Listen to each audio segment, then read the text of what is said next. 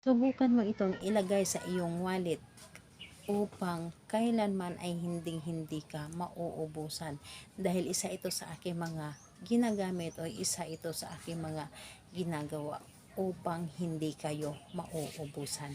Hello mga guys, kumusta kayo? Panibagong araw, panibagong video na naman tayo. And sa araw na ito ay isa na namang video ang aking ituturo sa inyo na simpleng gabay o simpleng pamamaraan na makakatulong sa atin. At bago ang lahat, gusto ko lang mag-disclaimer sa mga taong hindi naniniwala at hindi gusto ang mga kagaya nitong video. Please skip this video and maghanap kayo ng videos na gustong gusto nyo dahil ang video na ito ay para lamang ito sa mga taong naniniwala and gusto mag-try. Ikaw ba ay naniniwala sa mga pampaswerte? Naniniwala ka ba na merong swerteng darating sa atin? Naniniwala ka ba na merong himala na dumating sa atin? Gawin mo itong aking ituturo sa inyo ngayon upang lagi kang swertihin dahil ituturo ko sa inyo ito dahil isa ito sa aking mga ginagamit o mga pampaswerte sa aking wallet. Ginagawa ko ito dati ay sobrang ang hirap talaga lumapit ng swerte sa akin, pero simula nung ginawa ko ito talagang hindi na ako nauubusan. Talagang kung mayroong mang problemang darating sa akin ay agad ko masolusyonan. Yung hindi na ako maghirap pang humanap ng paraan paano masolusyonan ang aking problema.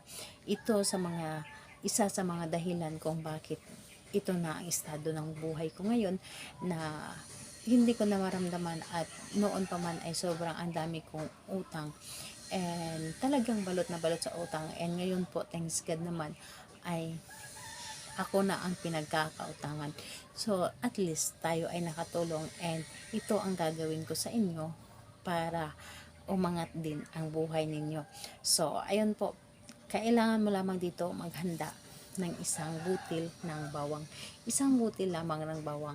Alam niyo ba, ang bawang ay hinahalo lamang ito sa ating nilulutong ulam.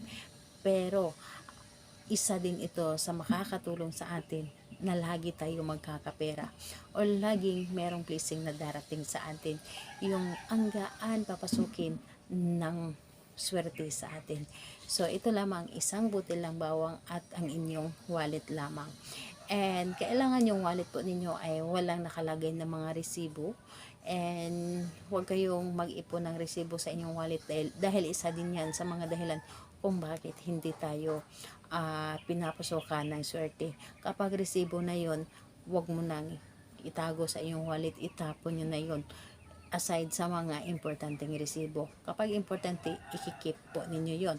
So, ayun po, bawang at wallet lamang. And kapag handa na yung bawang at wallet, kailangan na siguraduhin mo lamang sa iyong sarili na naniniwala ka sa inyong dapat gawin and gustong gusto mo itong gawin talaga, and buo po ang inyong loob sa paggawa nito.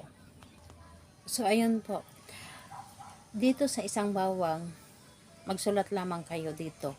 Isulat nyo lamang dito na ang amount na gusto po ninyo. Halimbawa, ilagay nyo na dahil wala itong bayad. Ilagay ninyo dito 1 million.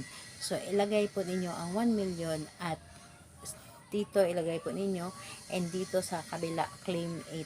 So i-claim ninyo na ito ay darating sa inyo. And ayun po, pagkatapos nun, humiling lamang kayo sa pamamagitan mo. Tulungan mo ako na lagi akong swertihin. Tulungan mo ako na hindi ako mauubusan kailanman. Lahat ng pagkakautang ko ay aking mabayaran. Lahat ay darating sa akin or lagi akong swertihin. At hindi maubusan ng laman ang aking wallet. So, sabihin mo na dito lahat. And ayun po, pagkatapos nun ay ilagay mo ito doon sa loob ng inyong wallet, and hayaan nyo dito doon sa loob ng inyong wallet. Maramdaman nyo na lamang na hindi na pala kayo nauubusan at lagi na palang swerte or merong swerte na darating sa inyo. So ayun po, gawin lamang ito sa araw ng Tuesday and Friday. So ayun, salamat po sa inyo. Bye bye everyone. God bless us all.